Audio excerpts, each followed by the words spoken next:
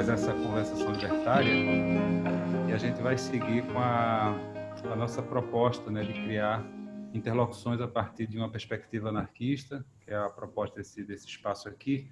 E para nós é sempre uma interlocução muito importante com essas parceiras e parceiros que possam ventilar uma discussão anarquista, que para nós é fundamental na análise terapêutica, né, ou pedagógico-terapêutica, como a Soma procura se situar, tentando, sobretudo, fazer um atravessamento entre as relações de poder, as práticas libertárias, a partir da confecção de um processo terapêutico coletivo, corporal, que é a Soma. Indo direto, então, ao nosso tema de hoje, né, a ideia de discutir algo bastante presente, que é a emergência dos fascismos, esses conceitos de bio e necropolítica. A gente, então, convidou o Silvio Galo, o professor Silvio Galo, que é do Departamento de Educação da Unicamp. Trabalha já há muitos anos com atravessamento entre a filosofia e a educação, né? Filosofia da educação, sempre também dentro de uma perspectiva anarquista. Silvio Galo é uma figura aqui bastante conhecida e respeitada por seus estudos em torno da pedagogia libertária, além de ser um companheiro também das lutas libertárias, parceiro também nosso da Soma, já há muitos anos. Então, Silvio, eu gostaria de te agradecer imensamente. Boa noite para todo mundo que está aí, sabe-se lá onde, do outro lado da tela, nessa situação inusitada que a gente vive, e não deixa de ser curioso experimentarmos fazer uma conversação nessa situação, né? A última vez, como o João dizia, estive lá em São Paulo, numa conversação libertária da Soma, e aí é muito gostoso de você estar numa sala rodeado de pessoas, olhando para as pessoas, ouvindo as pessoas e poder conversar, né?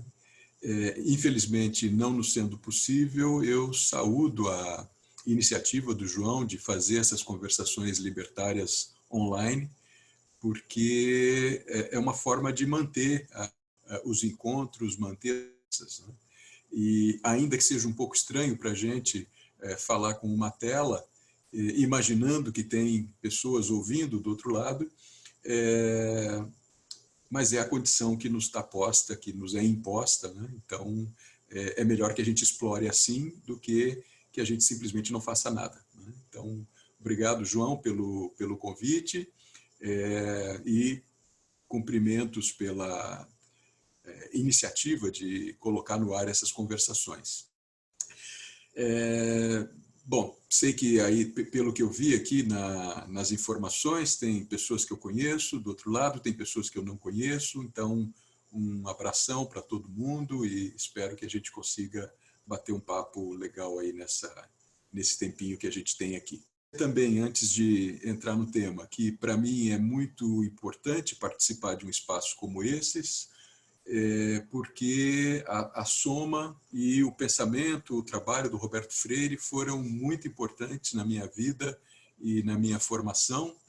Eu me encontrei com os livros do Roberto Freire ainda no comecinho da década de 1980, quando eu descobria os anarquismos, descobri os anarquismos pelo mundo, porque naquele momento de ditadura no Brasil não tínhamos circulação de material anarquista, era tudo muito complicado, e não fosse, de um lado, o Centro de Cultura Social, com Jaime Cubeiro, em São Paulo, para nos abrir as portas e fornecer material, e fornecer informação, e permitir o estudo e a formação no campo do anarquismo, a gente estaria a pé, né? E, de outro lado, a produção do Roberto Freire, numa direção bastante diferente daquela que o Centro de Cultura Social fazia, muito mais com os livros e depois com a criação da Soma, com a implementação dos grupos de Soma, e trazendo essa prática do anarquismo para um exercício do cotidiano, que eu acho que também é extremamente importante, aquilo que o Roberto chamava muita atenção para essa política do cotidiano. Então, sempre que eu posso, sempre que tenho condições e sempre que sou chamado pelo João para estar em alguma coisa que diz respeito à Soma, diz respeito ao Roberto, eu não posso deixar de participar, porque para mim é também uma espécie de agradecimento por essa por essa formação. Certamente, sem ter lido o Roberto, sem depois ter conhecido o Roberto, sem ter passado pela Soma, eu não seria quem eu sou hoje. Então, é muito bom estar aqui e conversar com vocês.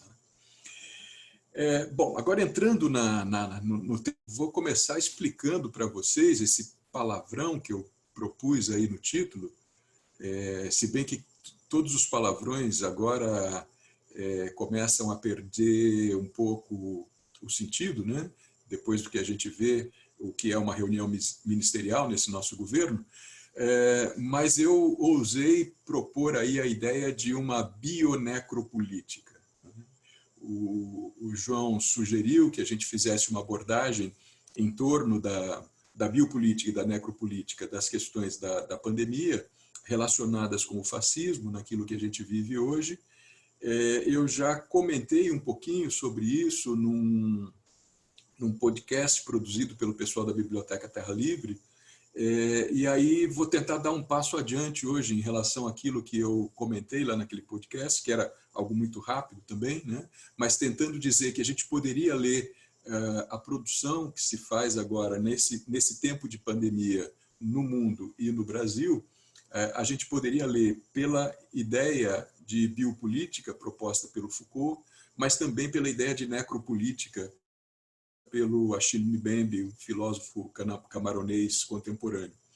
E quando o João fez esse convite, eu resolvi testar uma ideia, testar uma hipótese aqui com vocês, falando em torno de uma bionecropolítica. Né? Aí resultou nesse palavrão meio esquisito. Então, eu vou tentar explorar um pouco isso, tentar colocar essa hipótese, ver se ela se sustenta. Não sei se ela se sustenta, não estou colocando como certeza, mas como experimentação mesmo nessa conversa com vocês, para ver se é algo que vale a pena seguir em frente ou não, né? Ou se abandonamos pura e simplesmente. Mas aí, então, eu dividi as coisas que eu vou dizer para vocês em alguns momentos. E aí peço desculpas para vocês, porque eu sou professor de filosofia, e professor de filosofia tem mania de fazer explorações conceituais, né, de abordar determinados conceitos. Então, é uma conversa, não é uma aula, eu espero que não fique com um tom muito aulístico, essa conversa, mas eu separei aqui alguns momentos, e também como eu não sei quem é o público, nós temos aí 100 pessoas participando, sei que tem muita gente que conhece bastante Foucault aqui na conversa, mas imagino que possam ter outros que não conheçam. Então, eu vou, primeiro, fazer uma exploração em torno do conceito, da noção de biopolítica, tal como trabalhada pelo Foucault, depois fazer uma rápida exploração em torno da ideia de necropolítica proposta pelo Mbembe, para depois tentar fazer o que eu estou chamando de um acoplamento conceitual, juntar as duas coisas e falar dessa bionecropolítica, né? Tentar experimentar essa ideia de bionecropolítica como uma chave de leitura possível, de leitura política possível para o momento contemporâneo. Né? E vou depois caminhar para o fim, falando um pouco sobre o fascismo que a gente vive hoje no Brasil e tentar fechar com alguma possibilidade de resistência, de tentar pensar possibilidades de resistência. Então, um pouco esse o percurso.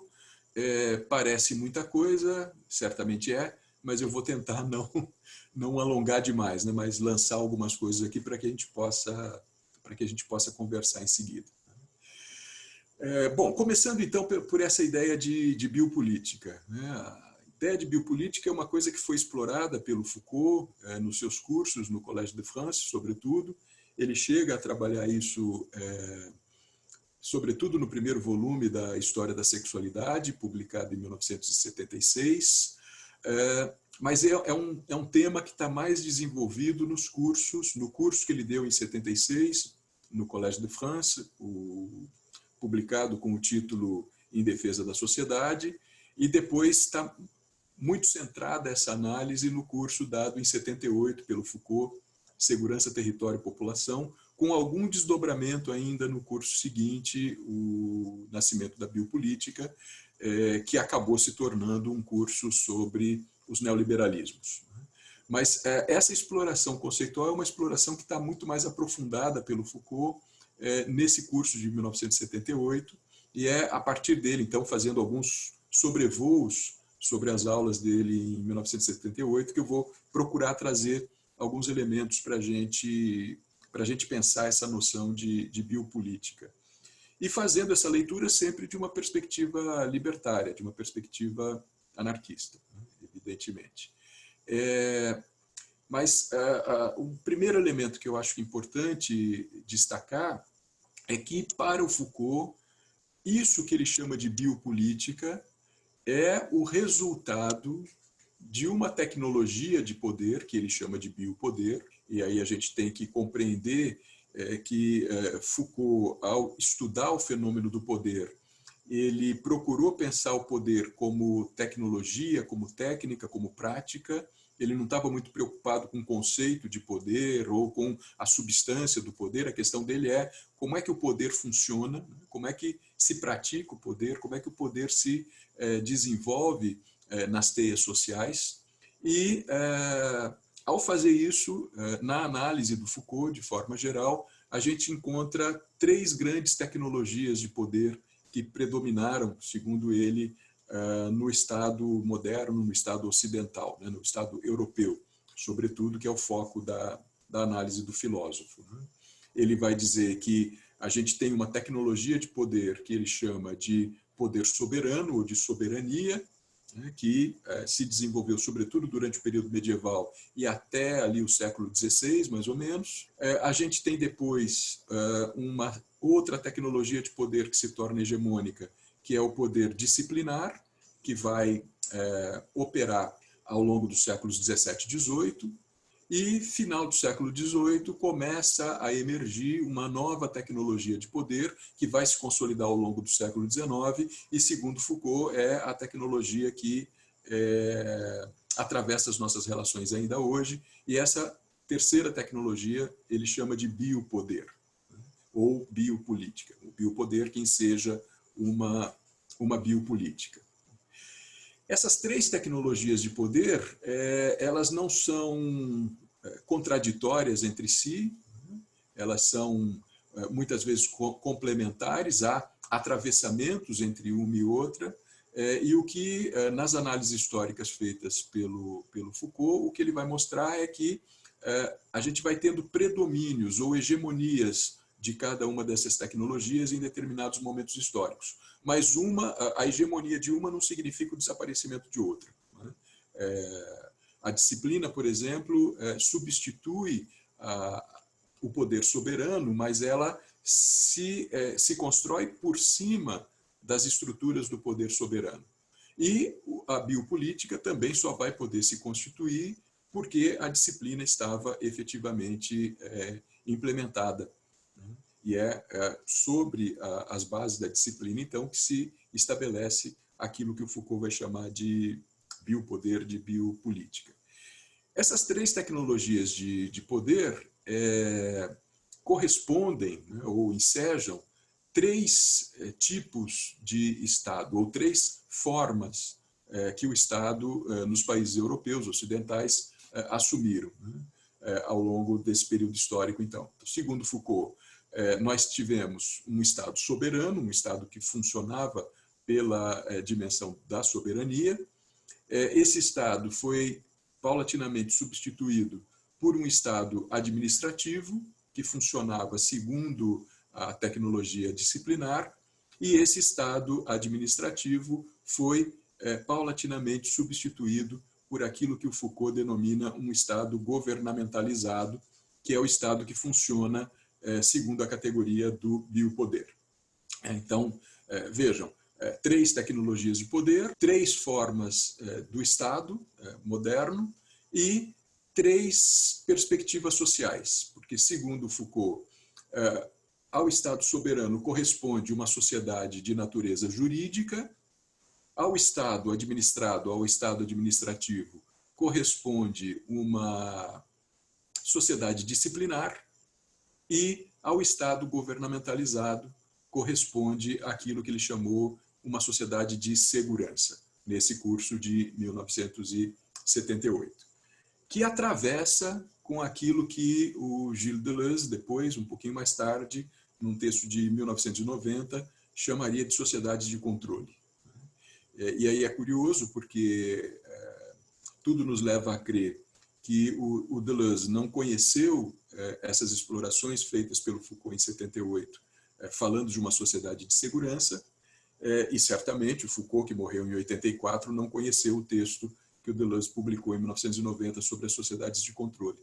Mas, ainda que um denomine sociedade de segurança, outro denomine sociedade de controle, a gente vê proximidades e semelhanças muito grandes na análise que os dois fizeram. Claro que o Deleuze, em 1990, já tinha elementos que o Foucault, lá em 78, não tinha.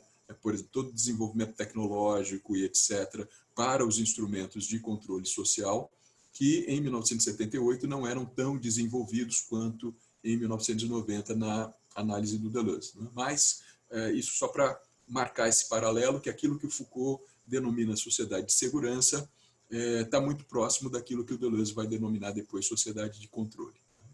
Mas essa sociedade de segurança, se a gente falar com Foucault, ou sociedade de controle, se a gente preferir falar com Deleuze, estão articuladas com uma configuração do Estado, que é aquela que o Foucault denomina Estado governamentalizado. É um Estado de governo.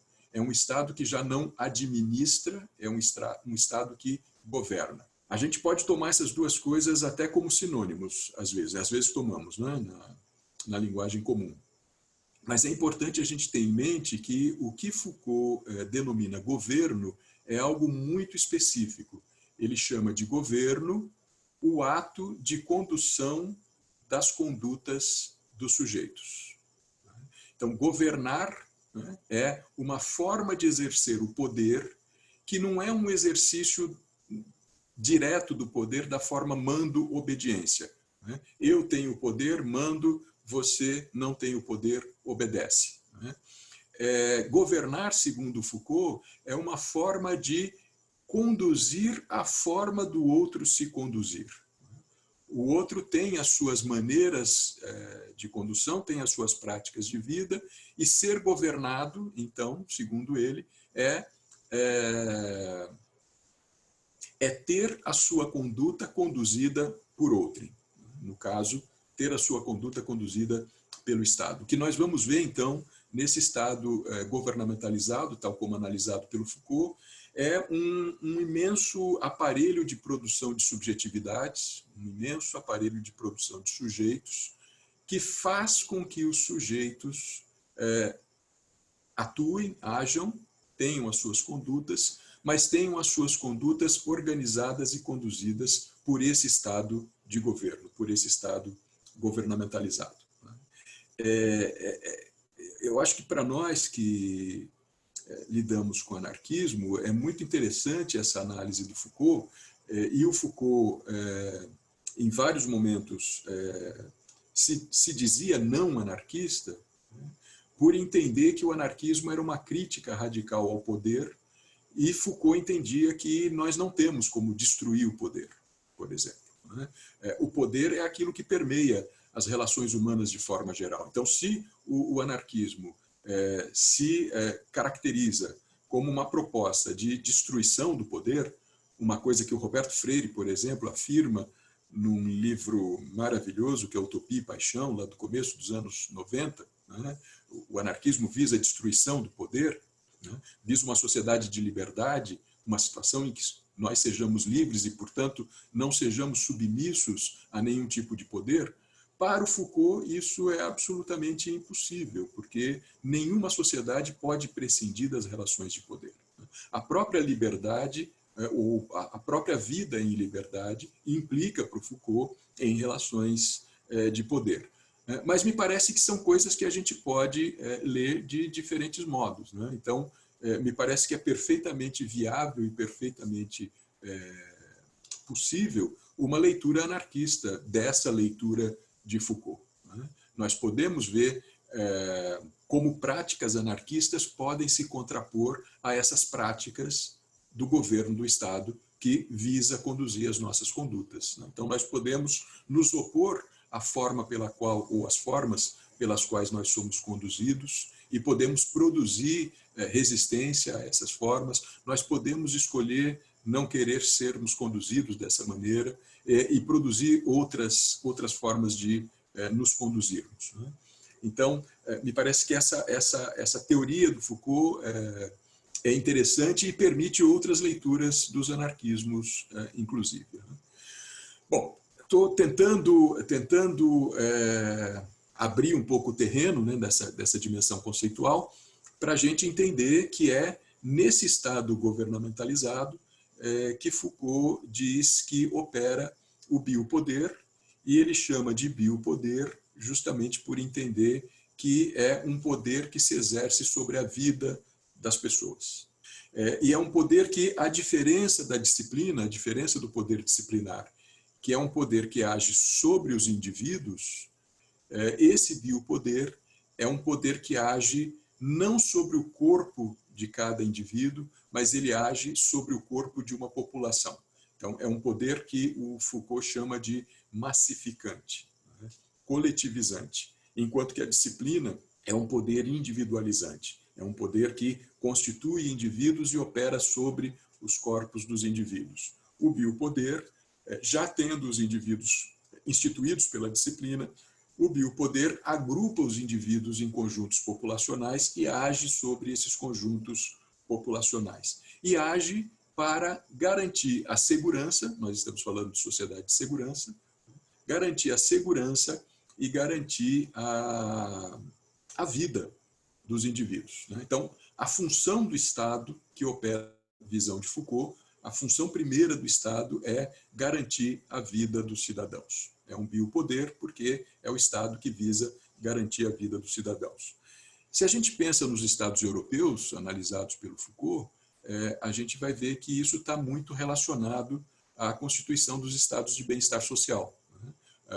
Os estados que vão organizar os sistemas previdenciários, vão organizar os atendimentos médicos à população, vão garantir a segurança da população para que a população possa viver com certa tranquilidade, com certa possibilidade.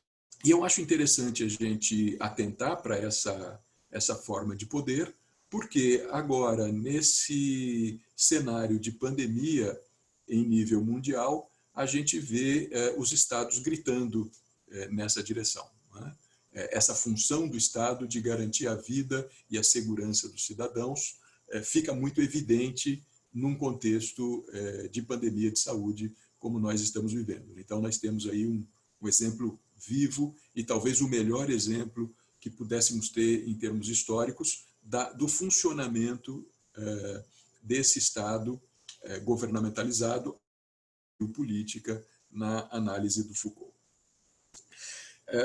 Um outro elemento que eu vou tocar rapidamente aqui sobre o biopoder é o fato que, segundo Foucault, esse Estado que tem por função garantir a vida dos cidadãos quase que é uma espécie de inversão da tecnologia do poder soberano.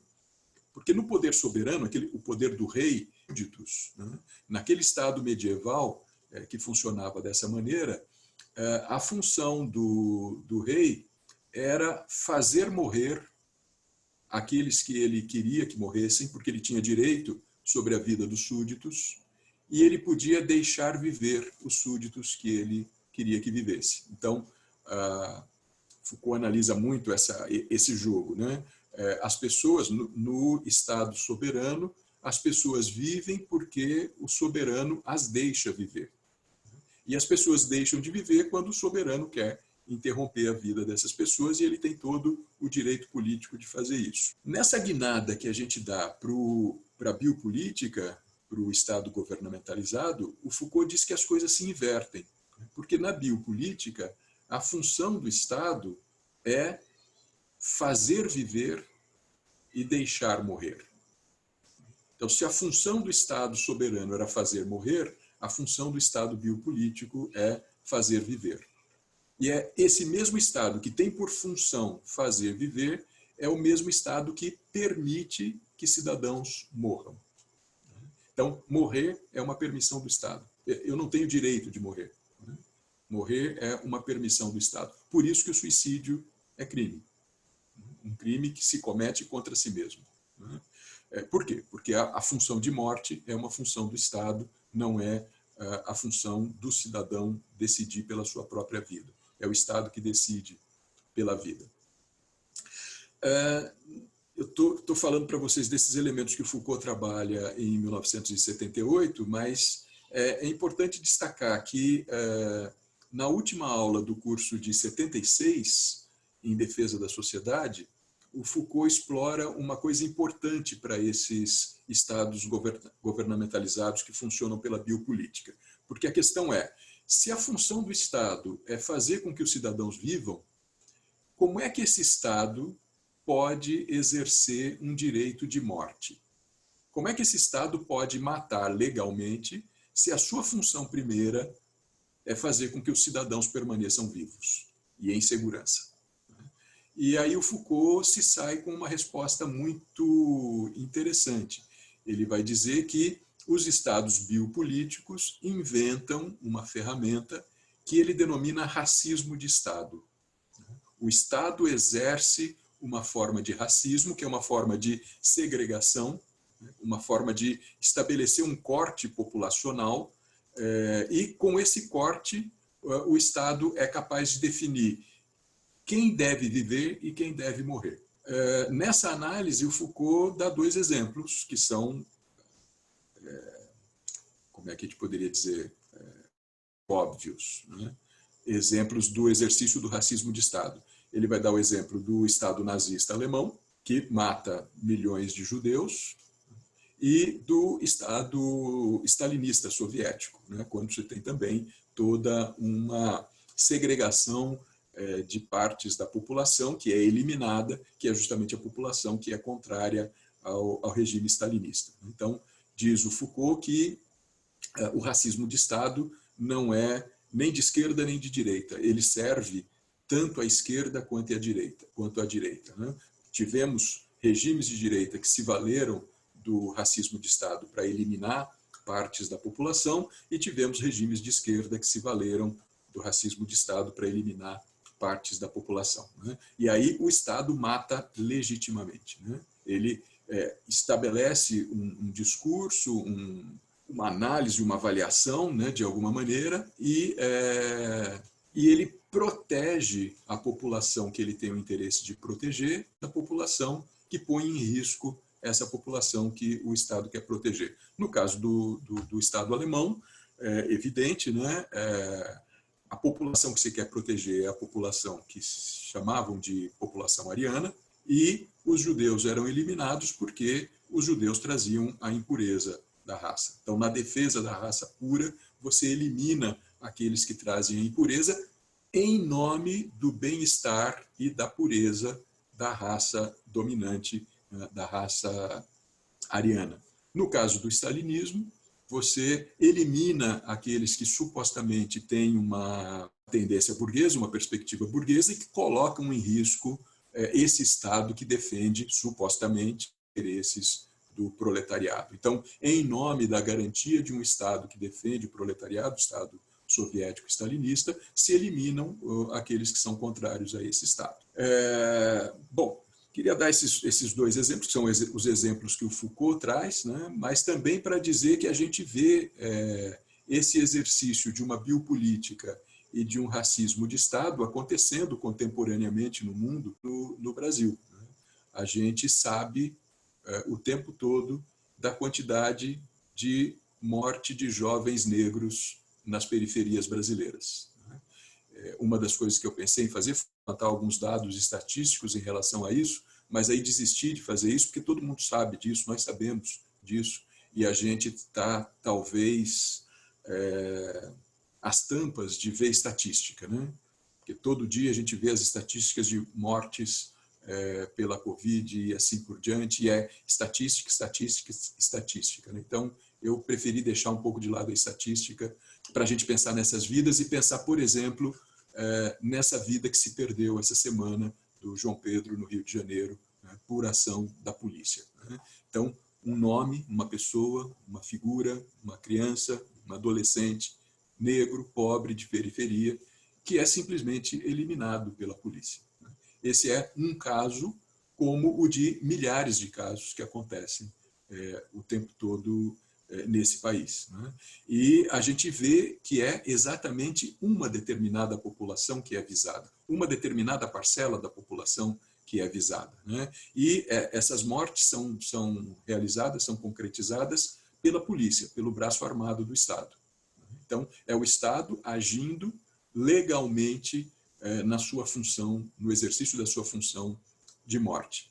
E aí a gente pode lembrar, né, dos discursos do atual governador do Rio de Janeiro, quando se elegeu, para se eleger, e logo que se elegeu, a série de coisas que a gente ouviu, né, antes dele virar bonzinho e decretar fechamento do comércio no Rio de Janeiro para proteger as pessoas e etc. Né? Mas a gente sabe que esse mesmo cara que está promovendo supostamente, né, determinadas ações de proteção à população é o mesmo cara que é responsável pela morte de populações periféricas pobres no Rio de Janeiro, no estado do Rio de Janeiro. E isso não é, evidentemente, privilégio do Rio de Janeiro. A gente tem isso nas periferias de São Paulo, nas periferias de todos os estados brasileiros. Então, chamar a atenção de vocês que, embora a análise do Foucault ele traga como exemplo nazismo e stalinismo, essa questão da biopolítica e do racismo de Estado é algo que está muito presente na nossa realidade brasileira hoje, né, quando a gente vê a polícia matando os indesejáveis. E quando não é a polícia, são as milícias que fazem esse papel, justamente naqueles lugares em que a polícia do Estado não entra. Né? Mas não deixa de ser uma ação paraestatal, essa ação das milícias desenvolvendo esse tipo de morte. Já estou perdendo o fôlego aqui de tanto falar e eu disse que ia falar pouco. Né? Então, passo para o segundo ponto, mas tentando ser mais rápido agora, para falar um pouquinho da ideia de necropolítica que é colocada pelo Achille Mbembe. Mbembe propõe, né, ou postula, para além da noção de biopolítica pensada pelo Foucault, ele postula a existência de uma necropolítica. Se a biopolítica é uma tecnologia do poder que investe na vida, o Mbembe vai propor uma necropolítica como uma tecnologia do poder que investe na morte. Um exercício do poder que se pratica na morte. Eu diria que isso que o Mbembe chama de necropolítica é uma outra face da biopolítica.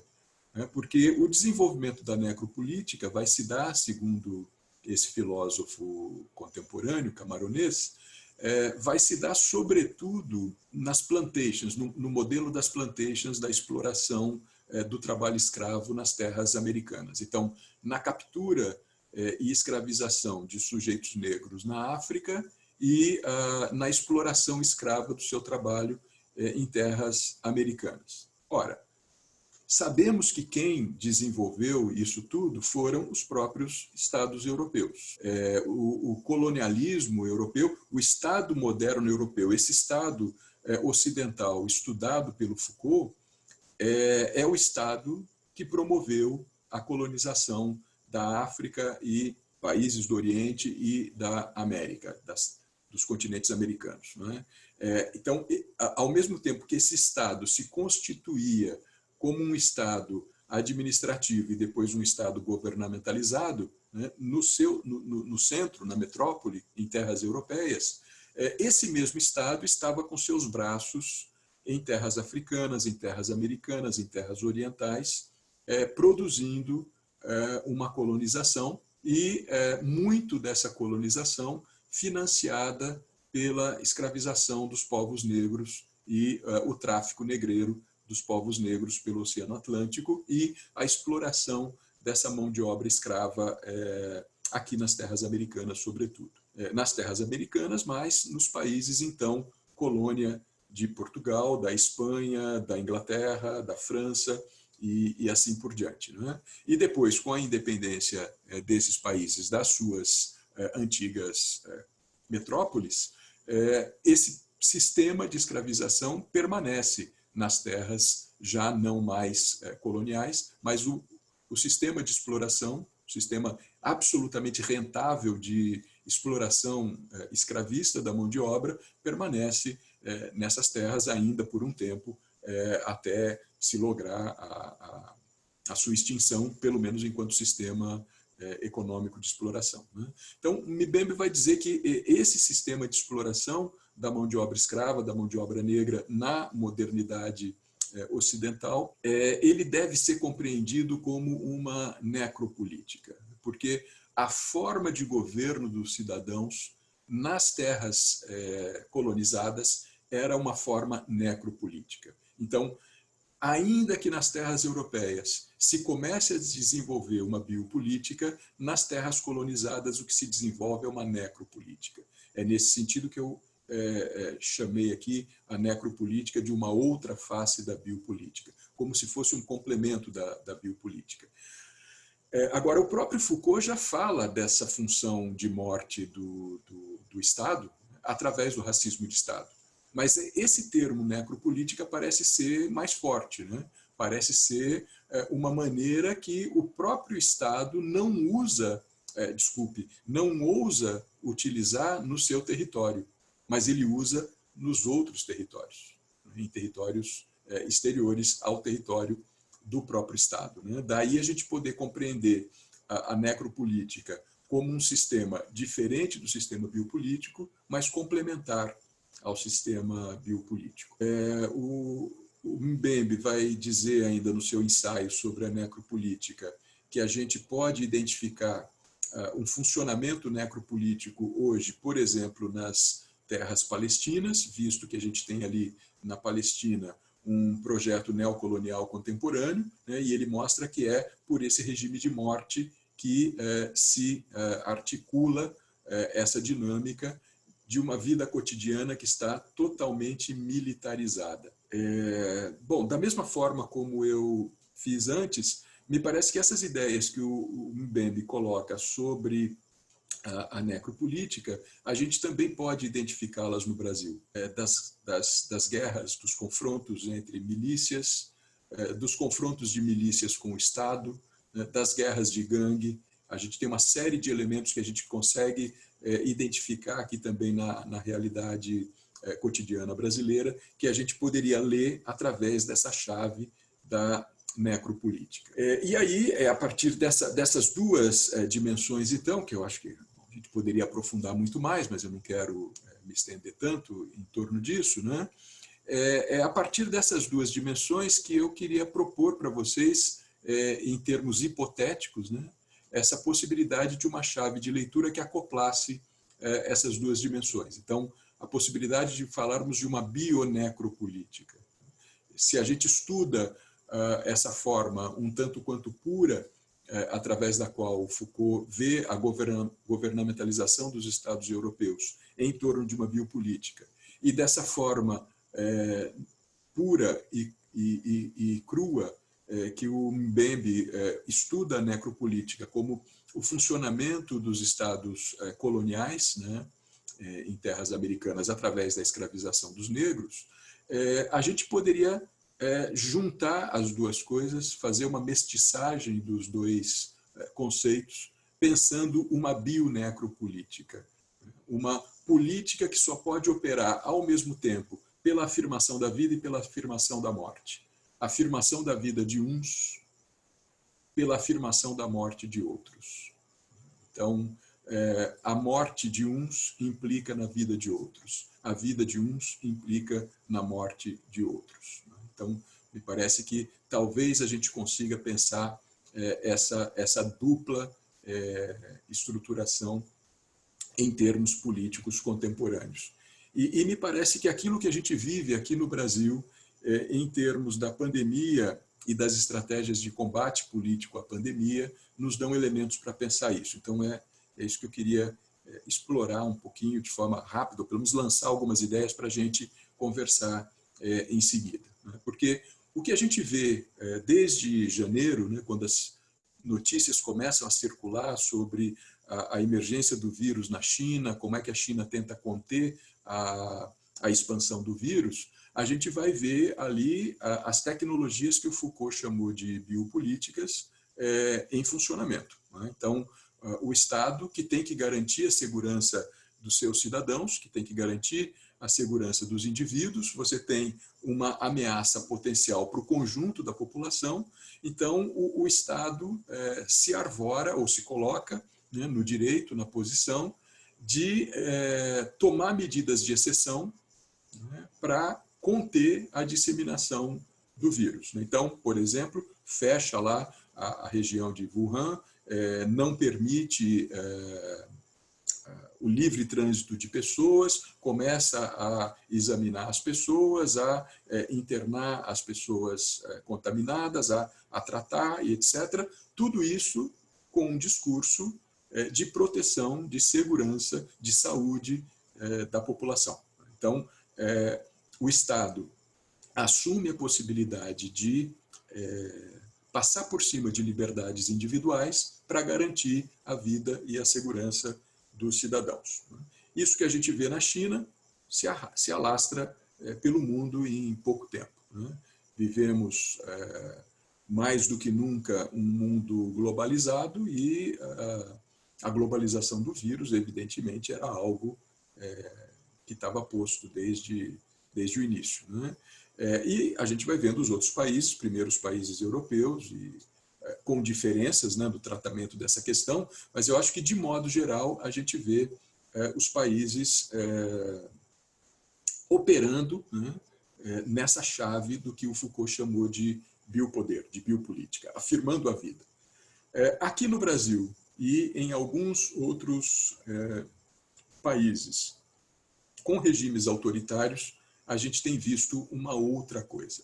Então, eu também tinha pensado em colecionar algumas falas para trazer para vocês, mas depois resolvi abrir mão disso, porque não precisamos repetir essas falas, todos nós as ouvimos e as temos ouvido, né, o tempo todo.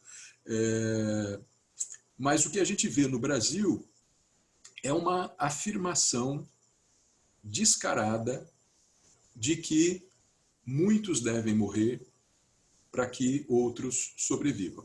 Vários outros países do mundo não ousaram fazer esse discurso. O discurso era o da proteção integral da vida das populações. Aqui no Brasil, não. Aqui no Brasil, o discurso é a morte é inevitável, as mortes são inevitáveis, então vamos ter que engolir essas mortes em nome do bem-estar do país, em nome do bem-estar da população. Claro que a gente sabe que quando se diz que as mortes são inevitáveis, a gente sabe as mortes de quem estão falando. Não é a morte de todos, não é a morte de qualquer um. As mortes que são inevitáveis são as mortes da população pobre, da população negra, da população periférica, dos idosos, porque os idosos são um peso para a previdência social do país, que diz o governo está quebrada. Então, se os idosos morrem, é um peso a menos para a previdência. Então, vamos fortalecer os jovens, fortalecer a população jovem. Eu acho que a gente não tem outro nome para dar para isso, senão necropolítica, no sentido do que o Mbembe coloca da necropolítica, ainda que a tecnologia, né, dessa questão, esse desenvolvimento, seja uma tecnologia diferenciada, totalmente distinta daquela tecnologia analisada pelo Mbembe no caso do regime escravagista. Mas nós vemos essa tecnologia necropolítica, essa afirmação do governo pela morte, de forma crua e dura, sendo afirmada pelo governo brasileiro e por outros governos também, mas muito significativamente aqui pelo governo brasileiro. E me parece que essa afirmação tem tudo a ver com uma feição fascista assumida pelo Estado brasileiro. 2, 3 dias atrás, aquela ministra do Supremo, Carmen Lúcia, fez um comentário de que o Brasil estava entrando num processo de se tornar um Estado fascista, eu acho que ela está um pouco atrasada na história, né? Porque o nosso Estado já é, né, completamente fascista, né? O nosso governo é um governo fascista, né? Nós vivemos, né, um fascismo de Estado instituído no Brasil, né? Mas eu diria, e é isso que eu queria explorar um pouquinho, que o que mais assusta em termos dos combates que nós temos que fazer, e o que mais nos desafia em termos dos combates que precisam ser feitos, não é o fato de termos um fascismo instalado no seio do Estado brasileiro. O que mais assusta é o fascismo molecular que existe no país, porque a gente só pode ter hoje esse Estado fascista por conta de um fascismo molecular. Aqui, por fascismo molecular, estou usando uma expressão que o Deleuze e o Guattari usam em Mil Platôs, né? Que para existir um fascismo de Estado, um fascismo instituído, um fascismo molar, nós precisamos ter um fascismo molecular. Então, o fascismo vem de baixo, digamos assim, né? O fascismo não é algo que se exerce de cima para baixo, né? O fascismo chegou no Estado porque nós vínhamos convivendo há um bom tempo com uma sociedade com traços fascistas.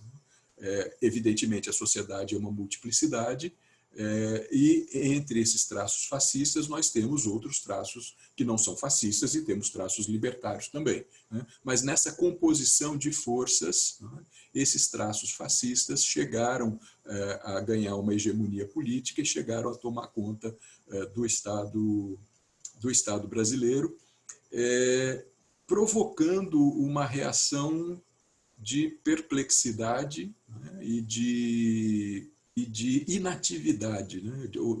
A gente parece não ter forças para enfrentar isso, né? É isso que a gente tem visto nos últimos meses, né? Ao longo do ano passado. Porque, primeiro, durante as eleições em 2018, a campanha eleitoral 2018, muitos de nós não acreditavam que o Bolsonaro pudesse ser eleito. Então você tinha aquela coisa, bom, o cara é meio folclórico e tal, o cara vai ganhando força, mas ninguém acreditava, ou pelo menos o pessoal mais progressista, isso para nem falar dos libertários, né, mas o pessoal mais progressista, de forma geral, parecia não acreditar que esse sujeito pudesse ganhar a eleição. E quando o sujeito ganha a eleição, a gente fica prostrado, né?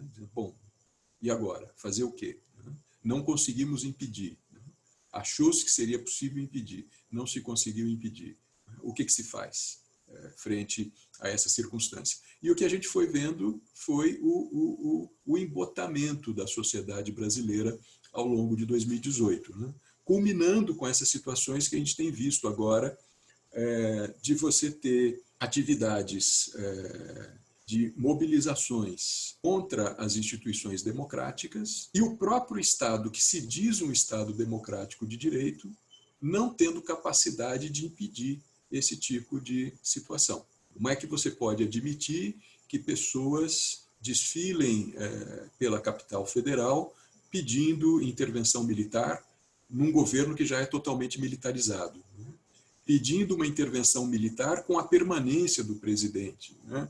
Coisa absolutamente ridícula de se pensar em termos políticos, né? Mas é essa camada da população brasileira, né, que sustenta esse fascismo de Estado por essa própria situação, ou por essa convivência desse fascismo molecular, né, e que se alastra, né, pela teia social brasileira. Então, cada vez mais nós encontramos pessoas que não têm pudor de afirmar as suas ideias, as suas crenças, que são discriminatórias, são autoritárias e assim por diante, não é? Então, eu acho que a grande questão que a gente tem que enfrentar, e enfrentar em termos políticos, mas não apenas em termos políticos no sentido do governo, no sentido do Estado, mas enfrentar em termos micropolíticos, em termos daquilo que o Roberto Freire chamava de política do cotidiano, é esse fascismo que se estende pela sociedade brasileira e que muitas vezes está ao nosso lado. É aquele sujeito que é seu vizinho, é aquele sujeito que você encontra na fila do pão, é aquele sujeito que você encontra no seu local de trabalho, e assim por diante, né? Esse fascismo está aí colocado, né? E está posto nessas relações, né? E ele se manifesta, né, em várias circunstâncias, né? Já naquelas circunstâncias que eu citei antes,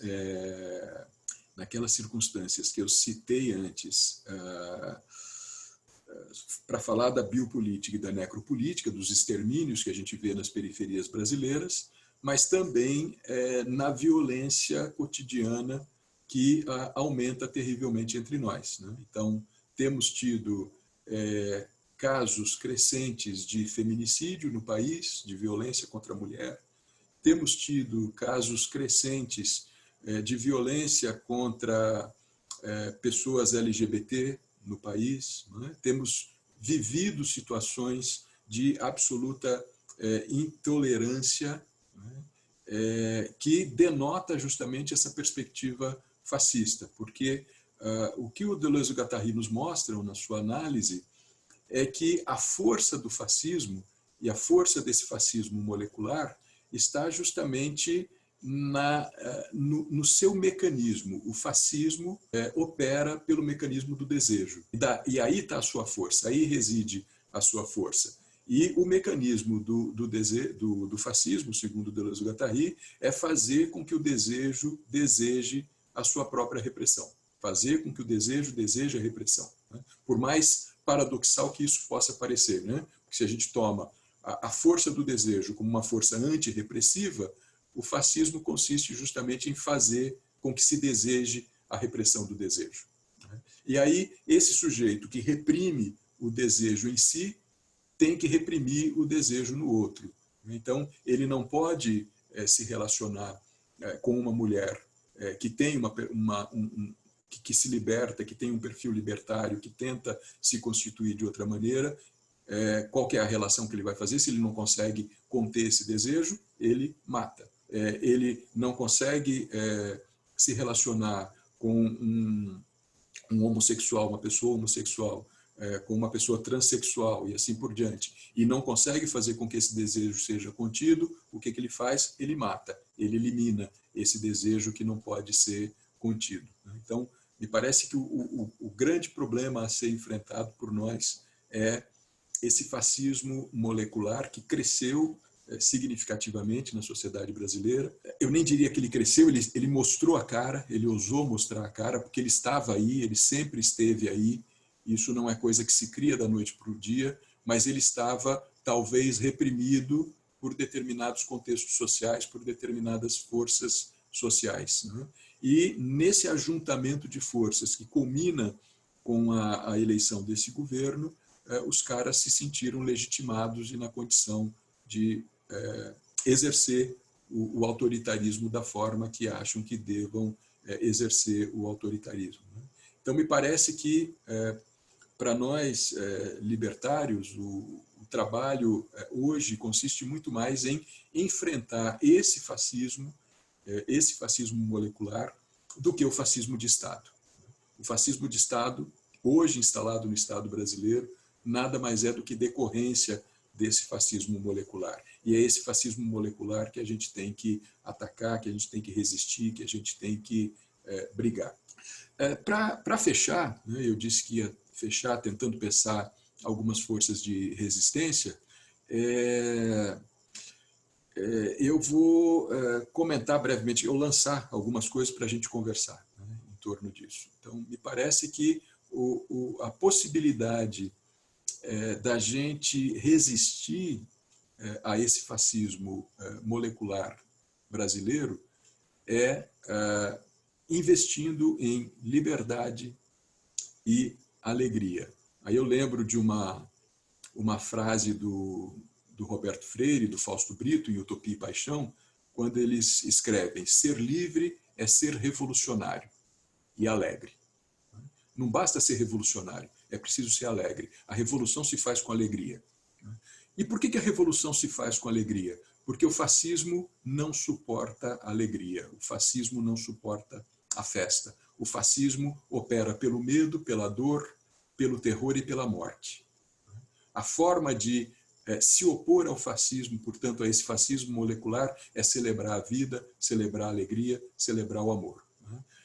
Roberto Freire trabalhou isso intensamente, e eu acho que esse trabalho do Roberto lá na década de 80, 90, está muito conectado com a análise micropolítica do fascismo que o Deleuze e o Guattari fizeram em Mil Platôs, que é um livro lançado em 1980. Então, estão ali mais ou menos na mesma época, na mesma cultura mundial, e eu vejo muita sintonia entre esse trabalho feito pelo Deleuze e Guattari, esse exercício de leitura filosófico, política e ética do mundo, com o trabalho feito pelo Roberto aqui no Brasil.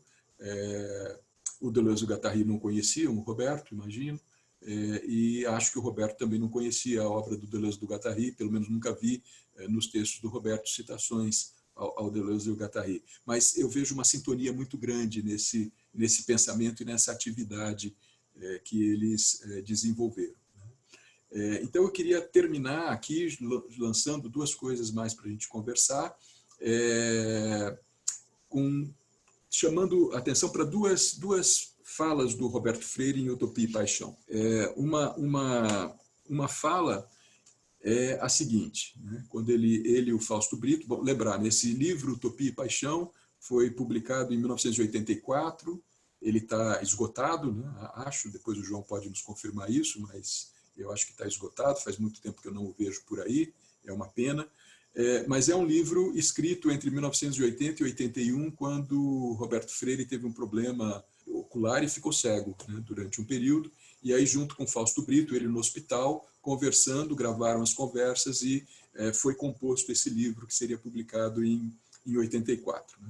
Então, num determinado momento, eles escrevem assim: ser livre para nós parece um ato essencialmente de insubmissão e de afirmação da originalidade única da pessoa. A única liberdade que nos serve é a que conquistamos, não a que nos doam, vendem ou emprestam. Só podemos ser livres às nossas custas. Podemos conquistar juntos a liberdade, mas vamos usá-la cada um do seu jeito. Então, essa ideia de uma liberdade que é ao mesmo tempo singular de cada um, mas também coletiva. Lembrando Bakunin, não há liberdade de um se não houver liberdade de todos. Mas a liberdade de todos também não pode ser uma imposição à liberdade de cada um, porque cada um é cada um, é uma singularidade. E um outro trecho que eu queria destacar para vocês, bom, essa aqui é a capa do livro Utopia e Paixão. Um outro trechinho que eu queria destacar para vocês é um trechinho no qual o Roberto e o Fausto Brito falam de pedagogia, falam de educação. Eu não falei disso até agora, né, mas queria deixar aí também um fio aberto para a gente poder conversar sobre isso. Então, lá pelas tantas, no livro, eles dizem o seguinte: o fundamental não autoritário a se ensinar para uma criança é o desenvolvimento da sua espontaneidade natural livre e do seu espírito crítico, também naturalmente agudo. Assim, ela poderá ir depois para qualquer escola, poderá ver televisão o quanto aguentar, viver qualquer experiência, pois saberá perfeitamente eleger o que é bom para si, sem sofrer repressões e ameaças para isso. Nenhuma criança é potencialmente suicida, assassina ou marginal. Eu poderia emendar aqui: nenhuma criança é potencialmente fascista. A implantação de uma pedagogia libertadora implica, então, numa mudança radical da estrutura familiar, mudança essa que passa pelas duas fases da libertação da mulher: a não subordinação ao autoritarismo paterno e ao do marido, a manutenção de uma relação não autoritária, não chantagista, não paternalista com a criança. Eu queria deixar esse trecho aqui no ar para a gente poder conversar sobre isso, porque me parece que são pistas que o Roberto nos coloca ali, de como a gente pode pensar esse potencial educativo da criança, para que, através do trabalho com as crianças, a gente possa quem sabe fazer uma diferença e produzir uma outra perspectiva social no aqui e no agora, porque o Roberto sempre insistia muito nisso também, né? O título do livro é Utopia e Paixão, mas essa utopia da qual eles falam não é uma utopia de um futuro que não existe, é uma utopia a ser criada aqui e agora, a ser criada no cotidiano, né? A produção de outras formas de viver o cotidiano, de experimentar outras relações, de produzir outras relações, de produzir outras formas de lidar com o poder e, portanto, então, de produzir outras formas de lidar com isso que eu ousei chamar aqui, aí quero ouvir vocês para a gente avaliar se funciona, se não funciona, que eu ousei chamar de bionecropolítica. Como é que podemos resistir a isso? Né? Produzindo com liberdade, produzindo com paixão e fazendo valer o desejo e a alegria. Bom, é isso. Desculpe, João, acho que falei mais do que devia, mais do que podia até, mas podemos aí trocar uma bola agora. Muito generoso, Silvio. Generoso pelas palavras, na lembrança do Roberto, né? Não sei que não passa de forma alguma por qualquer culto ao personalismo, pelo contrário, mas de uma amizade fraterna que eu acho que você não só nutriu, como é típica dos anarquismos, né? Esse respeito, esse carinho, e eu acho que se mostra muito pela sua disponibilidade de estar aqui e apresentar de forma tão clara esses conceitos e provocar, né? Eu acho que esses encontros que a gente tem falado, eles não visam, obviamente, trazer nenhuma resposta, mas são inquietações. Os anarquismos não é o modelo, né, a ser apresentado, mas é não só uma crítica, como a possibilidade de uma vida outra. Eu, particularmente, queria, não sei se é uma questão, mas deixar assim, um pedido para você falar um pouquinho mais sobre a pedagogia libertária, que é uma das suas praias, um dos seus temas preferidos, justamente como contraponto a uma produção subjetiva do fascismo, né? Como você falou, o fascismo que emerge sobre a forma de governo, ele se capilariza na sociabilidade, nas condutas. A minha grande questão é, não querendo fugir da contextualidade, né, do fascismo, de tudo aquilo que você falou, né, dos microfascismos, enfim, né, de tudo aquilo que você falou, que você fizesse um cruzamento entre educação libertária e a educação menor, né? E aí, pensando nessa forma de combater, né, esse microfascismo, eu queria saber se você poderia falar um pouco das possibilidades de apoio mútuo, né, no campo da saúde também, né? Tanto no campo da educação, mas também como no campo da saúde. Então, eu queria saber se você podia falar um pouco isso, sobre como o apoio mútuo pode ser uma estratégia de combate a essa bionecropolítica e também a esse massacre de Estado. Bom, acho que respondendo ao Júnior, de algum modo eu entro na questão que o João tinha pedido para colocar, e aí vou deixar para o final para tentar falar alguma coisa em relação a isso que o Rafael comenta. Júnior, eu diria o seguinte, bom, deixa eu contar uma anedota para poder responder. Você me pede se tem alguma relação, você poderia fazer relação entre a educação menor e a educação libertária, né? Então, começo com uma anedota. Quando eu estudei a pedagogia libertária para fazer a minha dissertação de mestrado, um livro muito importante que eu utilizei, porque a gente tinha muito pouca coisa aqui no Brasil sobre educação anarquista, um livro muito importante para mim foi uma coletânea organizada por um companheiro espanhol, o Félix García Morillón, intitulado Educação Anarquista ou Educação Libertária, não lembro mais. Um livrinho laranja, publicado pela Artes Médicas, lá de Porto Alegre, e que trazia uma compilação de textos do Bakunin, do Proudhon, do Francisco Ferrer, do Paul Robin, Sebastian Faure, e uma galera aí ligada à dinâmica e à dimensão da pedagogia libertária. Era uma das poucas coisas que a gente tinha disponível em português e foi um livro super importante para mim. Bons anos depois, mais de 10 anos depois, eu me encontrei com Félix García Morillón. E aí falei, cara, você é o cara que organizou aquele livro sobre educação libertária? Ele, sim, sou eu, tal.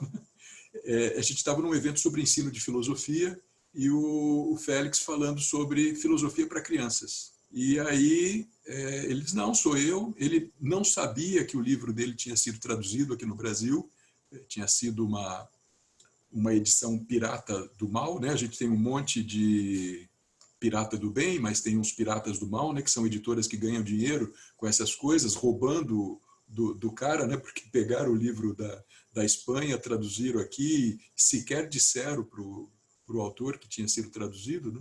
Aí eu me comprometi a arranjar um exemplar que já estava esgotado, botei no correio para ele, né? Para ele receber na Espanha, para pelo menos ele ter o livro dele traduzido aqui no Brasil, né? Bom, mas a anedota é o seguinte, encontrei com ele, né, e falei, pô, cara, você foi super importante na minha formação, na minha pesquisa sobre educação anarquista, e eu estou te vendo aqui agora falar de filosofia para crianças, eu queria saber que relação você faz entre as duas coisas. E ele me respondeu simplesmente assim, é o mesmo, não tem relação, é a mesma coisa, filosofia para crianças é pedagogia libertária, e pedagogia libertária é filosofia para crianças, é a mesma coisa, não faço aproximação porque não faço diferença. Estou contando anedota porque eu acho que seria, do meu ponto de vista, educação menor é educação anarquista. E educação anarquista é educação menor. Eu não faço distinção. Não faria distinção entre as duas coisas. Pelo menos da forma que eu entendo educação menor e da forma que eu entendo pedagogia libertária. Eu acho que eu comentei no início, né, que Foucault fez algumas críticas ao anarquismo, ou aquilo que ele compreendia ser o anarquismo, ou a um certo movimento anarquista organizado francês que o Foucault conheceu e que ele rechaçou, mas eu leio Foucault como um autor libertário, se não anarquista, como um autor libertário. E leio o Deleuze-Guattari como autores libertários. Não são todos que concordam comigo nessa leitura, evidentemente, né? Hoje a gente tem quem leia Foucault como um neoliberal. Eu acho uma leitura totalmente equivocada do Foucault. Para mim, Foucault foi um pensador libertário. Para mim, Deleuze e Guattari foram pensadores libertários, né? E faz todo sentido usar os conceitos deles como ferramentas para pensar táticas libertárias, perspectivas libertárias, né? Porque, do meu ponto de vista, o anarquismo é uma teoria política, é uma filosofia política, sem dúvida alguma. Ele nos provê um movimento e uma ação políticas, mas ele é, sobretudo, um modo de vida, é, sobretudo, uma forma de viver, é, sobretudo, uma ética, eu diria. Ser anarquista é assumir uma determinada ética, se relacionar com os outros seres humanos, que implique numa possibilidade de você afirmar a sua singularidade ao mesmo tempo em que você convive com as singularidades dos outros, entendendo que você pode ser absolutamente livre na sua singularidade, enquanto os outros são livres nas suas próprias singularidades, e que é possível conviver nessas diferenças, pensando diferentemente, sentindo diferentemente, às vezes pensando coisas próximas, às vezes sentindo coisas próximas, mas mesmo na mais absoluta diferença é possível conviver com respeito, com liberdade, com igualdade e com solidariedade na direção do que o Rafael aponta. Então, do meu ponto de vista, o anarquismo é, antes de tudo, uma ética. E, sendo uma ética, ele implica numa ação política articulada com essa ética e que é atravessada por essa ética. Por essa razão, eu não faria diferença entre o que, a partir do Deleuze do Guattari, eu proponho chamar de educação menor e aquilo que a gente também pode pensar em termos de pedagogia libertária. Tentando caminhar um pouquinho mais na sua questão, eu acho que nós temos algumas interpretações possíveis ou algumas formas possíveis de pensar a educação menor. E uma das formas que a gente tem de pensar a educação menor é justamente a forma de escolas ou espaços educativos, que podem ser não escolares também, distintos, alternativos em relação à educação institucionalizada pelo Estado capitalista. Então, eu diria que, por exemplo, as experiências de pedagogia libertária que a gente conhece historicamente foram experiências que a gente pode caracterizar como educação menor. Uma educação que se produziu à margem do Estado, que se produziu à margem da educação institucionalizada. E se a gente for pensar no anarquismo do final do século XIX, começo do século XX, essa marginalidade em relação ao Estado como princípio primordial. Não vamos confiar na educação pública que o Estado nos oferece, nós, trabalhadores, que forme segundo os nossos próprios valores, ousemos construir as nossas próprias escolas, ousemos educar as nossas próprias crianças.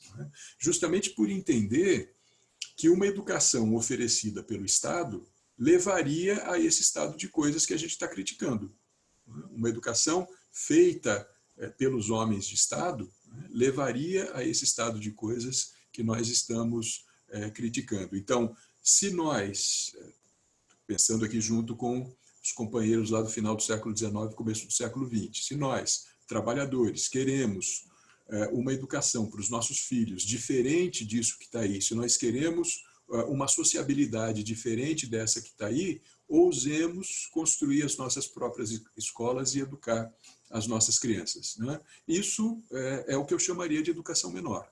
Então, as experiências pedagógicas que a gente teve nesse contexto de criação de escolas ou de formação de crianças constituiriam justamente isso que a gente poderia chamar de uma educação menor. Acho que a gente pode chamar de educação menor outras iniciativas também, mas pelo menos nesse aspecto eu vejo um atravessamento muito forte entre o que a gente pode chamar de educação menor e o que a gente pode chamar de uma educação libertária, de uma pedagogia libertária. E indo um pouco na direção do que o João perguntava, eu acho que a gente tem aí canais importantes de pensar essa questão, mas quando a gente diagnostica que a gente vive numa sociedade, sociedade brasileira, em que o fascismo cresceu, mostrou a cara e está aí colocado pedindo enfrentamento, aí junto com Chico César, fogo nos fascistas, fogo já, eu acho que está aí pedindo esse enfrentamento, e esse enfrentamento implica em nós olharmos para nós mesmos e identificarmos nas nossas próprias formas de vida e nas nossas próprias atitudes, nas nossas próprias circunstâncias, em que medida nós próprios não estamos sendo fascistas e reforçando determinadas atitudes fascistas para começar combatendo o fascista que tem dentro de cada um de nós. Eu acho que esse é o primeiro movimento que a gente tem que fazer, combater o fascista que pode haver em nós, que há em nós, e com isso combater esse fascismo que está fora de nós também. E por aí eu acho que a gente tem elementos interessantes, importantes para fazer isso. Eu me recordo que o Roberto apresentava a somaterapia como uma forma de combate ao fascismo, na medida em que você falou do Reich, essa couraça que se constitui muscular, física, etc., que desenvolve uma personalidade autoritária, e como a gente pode desestruturar, desarmar essa couraça e desenvolver em nós uma outra relação com o desejo, uma outra forma de ser, de estar, de viver e de amar. E a somaterapia me parece ser também essa proposta de desmontar esse fascismo que pode estar em nós e combater esse fascismo que está em nós e ensejar outras sociabilidades, outras formas de relação, outras éticas, de natureza libertárias e assim por diante. Mas a gente também pode ver isso em termos da educação das crianças. A gente pode fazer uma aposta na formação das crianças, para que a gente tente dificultar o desenvolvimento dessa couraça nas crianças e dificultar que no exercício do desejo experimentar o desejo de reprimir o próprio desejo. Então, eu acho que há toda uma pedagogia implicada aí, né, que a gente tem chamado de pedagogia libertária, que é tanto uma forma de despedagogizar aquilo que nós somos, nós adultos somos, como também uma forma de procurar pedagogizar de uma forma diferente as crianças, criando uma outra circunstância, criando uma outra situação, né, nas quais as formas de se relacionar consigo mesmo e com os outros sejam mais libertárias, menos autoritárias, sejam mais desejantes dos fascistas. Bom, estou tentando não me alongar demais aqui para a gente ter tempo de fazer mais uma rodada, né? E o Rafael pedia para falar um pouco da solidariedade. Eu não sei até que ponto eu consigo aprofundar e caminhar mais forte nisso, mas esse empenho em torno da solidariedade é um outro dos pilares da ética anarquista, né? Nós não produzimos uma sociedade libertária ou não produzimos uma coletividade libertária sozinhos, né? Nós precisamos estar sempre com outros e nós precisamos ter essa solidariedade para com o outro, né? Então, dentro da ética anarquista, dentro da ética libertária, a solidariedade é um pilar fundamental com essa prática da ajuda mútua, né, que foi teorizada, aprofundada por Kropotkin lá na virada do século XIX para o século XX ainda, né? Essa ideia, então, de que nos apoiando uns aos outros, nos ajudando uns aos outros, a gente pode construir uma outra vida, ou outras formas de vida, outras possibilidades de vida. Nós podemos tentar avançar em muitos aspectos, né? E aí a gente vê nessa circunstância que a gente vive hoje coisas se construindo nessa direção, né? A gente tem visto aí situações de determinadas comunidades em que, através do apoio mútuo, se consegue garantir um mínimo de qualidade de vida que não é possibilitada pelo Estado, pela sociedade e coisas que o valem, né? Acho que esse é um caminho importante da gente investir, inclusive em termos de práticas de saúde, né? Aí eu não teria mais elementos para falar sobre isso, mas inclusive em termos de práticas de saúde que a gente pode coletivamente produzir, né, em conjunto e tentar construir possibilidades de avanço nesse sentido, né? Mas acho que esse princípio da solidariedade é um princípio fundamental. Jadson Gonçalves, que pergunta assim: creio que o conceito de biopolítica de Foucault engloba o conceito de necropolítica do Mbembe, sobretudo se considerarmos a análise sobre o racismo de Estado. Como que você analisa o movimento das ocupações dentro dessa perspectiva de combate ao fascismo, especialmente movimentos como aquele, também como uma ação direta de combate ao fascismo? Obrigado. É necessário criticar, né, o Bolsonaro, né? É necessário criticar esse fascismo que está aí, né, essa necropolítica, mas entender também que o ciclo de reformismo do governo PT, né, a militarização aconteceu, os UPPs aconteceram, o Haiti. Então, assim, como é que a gente consegue fazer? Como que a gente consegue tentar dialogar e construir um sentido de modo a se colocar na perspectiva antifascista, né? Mas também discutir e tentar enfrentar o reformismo enquanto miopia política. Alan comentou, né, se o fascismo não faz festa também, né? Eles não sentem alegria, a repressão não pode ser acompanhada de alegria e de festa? Então, vou começar a responder isso aqui. Eu acho que não. Eu acho que o fascismo não é alegre. Ou, se há uma alegria no fascismo, é uma alegria que talvez com Nietzsche a gente poderia chamar de alegria reativa.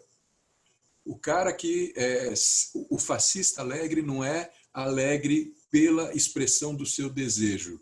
Ele é alegre porque ele vê o outro se ferrar. É isso que eu estou chamando aqui de uma alegria reativa.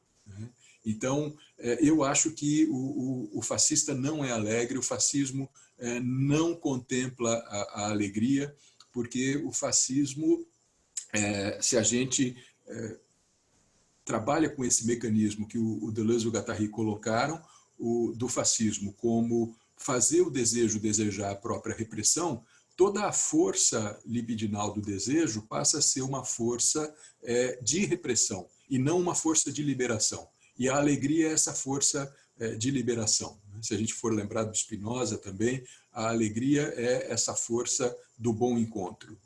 É isso que resulta de quando a gente tem um encontro que nos potencializa, que nos faz ser mais, que nos faz ir adiante. É daí que vem a alegria.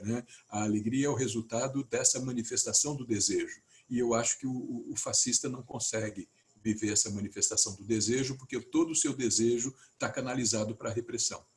Então, festa fascista, eu acho que não é festa. E eu acho que a festa e a alegria têm justamente o potencial de encantonar o fascista. E aí, de algum modo, eu acho que eu dialogo com essa questão do Raul, porque eu acho que com fascista, Raul, não tem diálogo. Em fascista a gente dá pedrada, em fascista a gente dá porrada. E aí vocês devem ter visto aí pelas redes sociais, eu não sou corintiano, mas fiquei super contente de ver a torcida do Corinthians parando a avenida em São Paulo e dizendo: aqui vocês não passam, aqui vocês não vão fazer manifestação porque nós não vamos deixar. E partindo para a porrada com os fascistas que queriam ali se manifestar. Eu acho que a única resposta que a gente pode ter com o fascismo é o confronto. E um confronto que a gente tem que fazer com a força, porque não dá para fraquejar frente aos fascistas.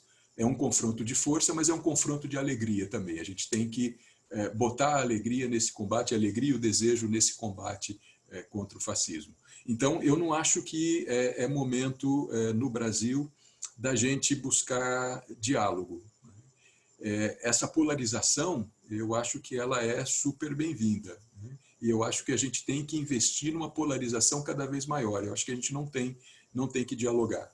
A gente não tem que convencer os caras, não tem que ir para essa questão do convencimento, de tentar mostrar para eles. Não, a gente tem que fazer aquilo que a gente acredita que deva fazer com alegria, com desejo, com prazer e com solidariedade, com liberdade, isso tudo, evidentemente, porque senão a gente vai fazer o mesmo que estão fazendo. Mas nesse enfrentamento, acho que esse é o enfrentamento que a gente tem que ter. E acho que esse é um lado positivo da situação que a gente vive hoje de acirramento. Porque durante o período político anterior que a gente viveu no Brasil, as coisas estavam tudo numa zona muito cinza. Eu acho que o fato da direita, desses movimentos neoconservadores, terem mostrado a sua cara com muita força, ele pede que a gente também mostre que tem uma força de resistência. E fazer valer esse conflito, fazer valer esse confronto, para tentar construir alguma coisa a partir daí. Então, eu acho que o momento não é de diálogo, o momento é de contraposição mesmo, mas mostrar que a gente também tem força, que a gente não está acanhado no nosso canto e com medo e não disposto a fazer nada. Acho que é o contrário, a gente tem que ir para cima. O grande problema é que a gente não pode ir para a rua. Esse é o grande nó no momento, a gente não pode ir para a rua. E acho que o governo está se valendo muito disso também, porque os apoiadores do governo são aqueles que acham que não tem que ter isolamento contra a pandemia. Então vão para a rua, se manifestam e etc. E nós não estamos na rua. Nós não estamos mostrando a nossa cara. Talvez estejamos fazendo isso nesses ambientes virtuais, mas não estamos indo para a rua, não estamos buscando esse confronto. Mas eu acho que são essas estratégias que a gente tem que tentar construir de alguma maneira. Bom, passo então para a questão do Antelmo. Bom, Antelmo, você certamente conhece muito mais do que eu o fenômeno das ocupações, você está estudando isso na sua pesquisa, eu não estudei, eu vivenciei o fenômeno das ocupações como cidadão, como professor universitário que estava atento para isso, procurando ter informações, achando bonito aquilo que estava acontecendo, mas além de achar bonito, também achando que tínhamos ali situações muito interessantes sendo colocadas, né? E acho que a gente tem que tomar um certo cuidado de não me foge a palavra, mas de não olhar de forma otimista demais, né? Mas eu acho que, de algum modo, as ocupações secundaristas de 2016 mostraram, sim, uma força de resistência interessante e mostraram também, eu acho que, voltando àquela questão do Júnior, né, uma forma de fazer educação menor, né, de subverter o próprio sentido da escola, na medida em que, ao ocupar a escola e fazer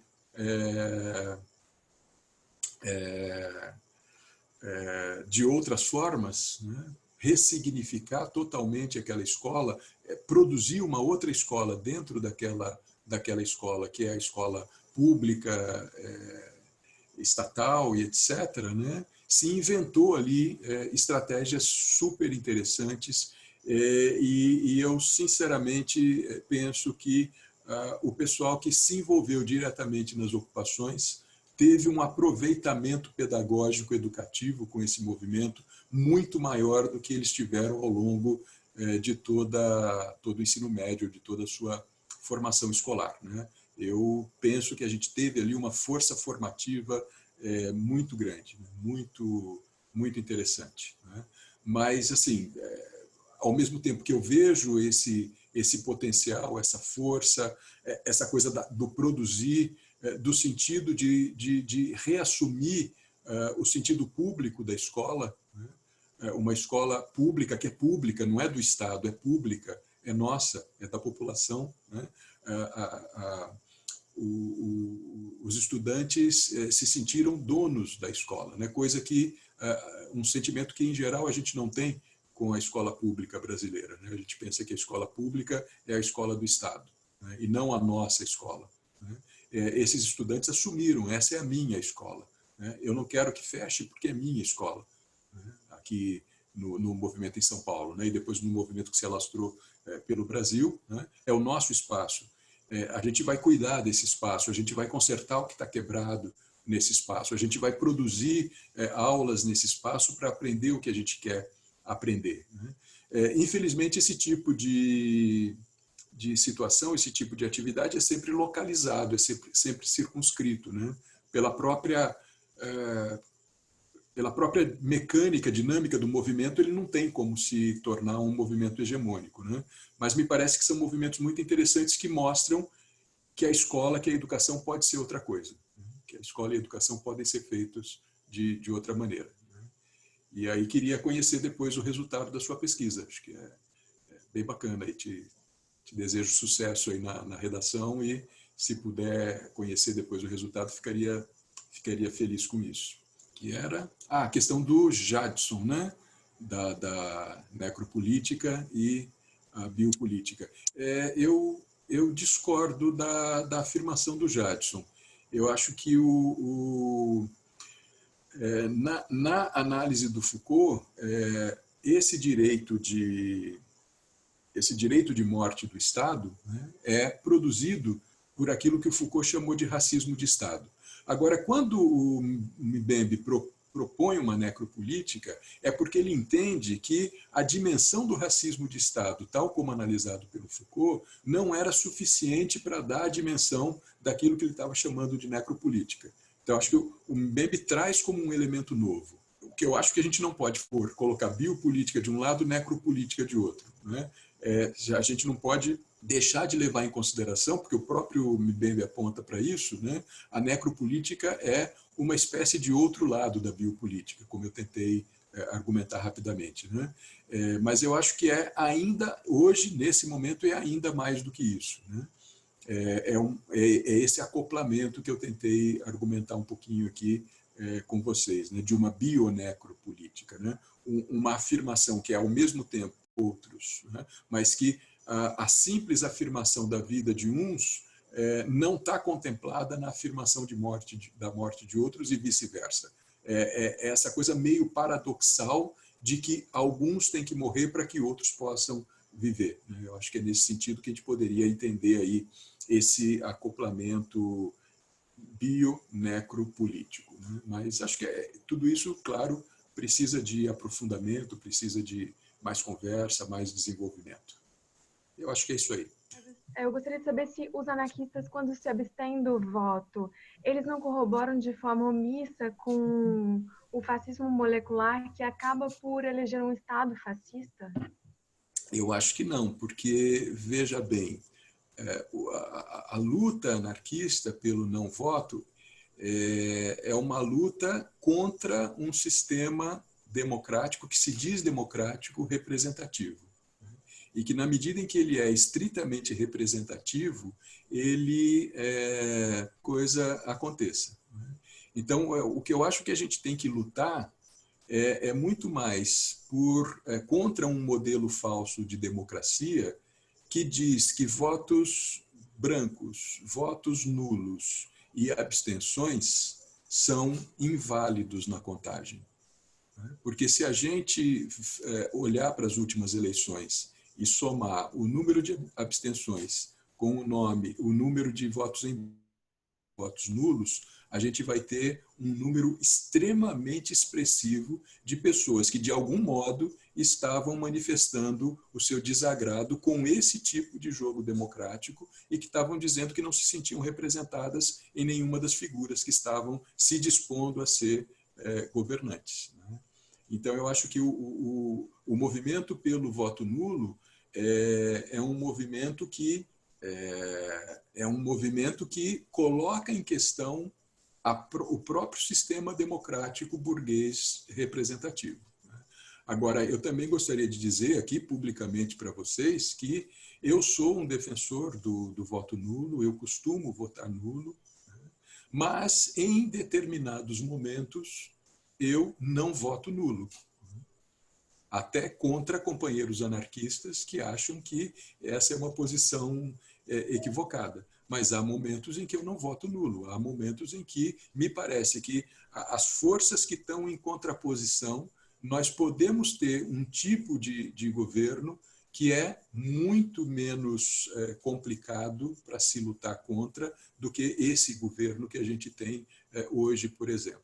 Então, nas últimas eleições, embora eu não tivesse votado das eleições do primeiro e do segundo turno, mas eu fiz amplamente campanha contra o Bolsonaro, por exemplo. No Brasil, eu teria votado, não teria anulado meu voto, teria votado contra o Bolsonaro. Não necessariamente a favor de alguém, mas porque há momentos históricos em que, embora eu defenda o voto nulo como princípio, há momentos históricos em que a gente precisa, de algum modo, se posicionar nesse sistema democrático.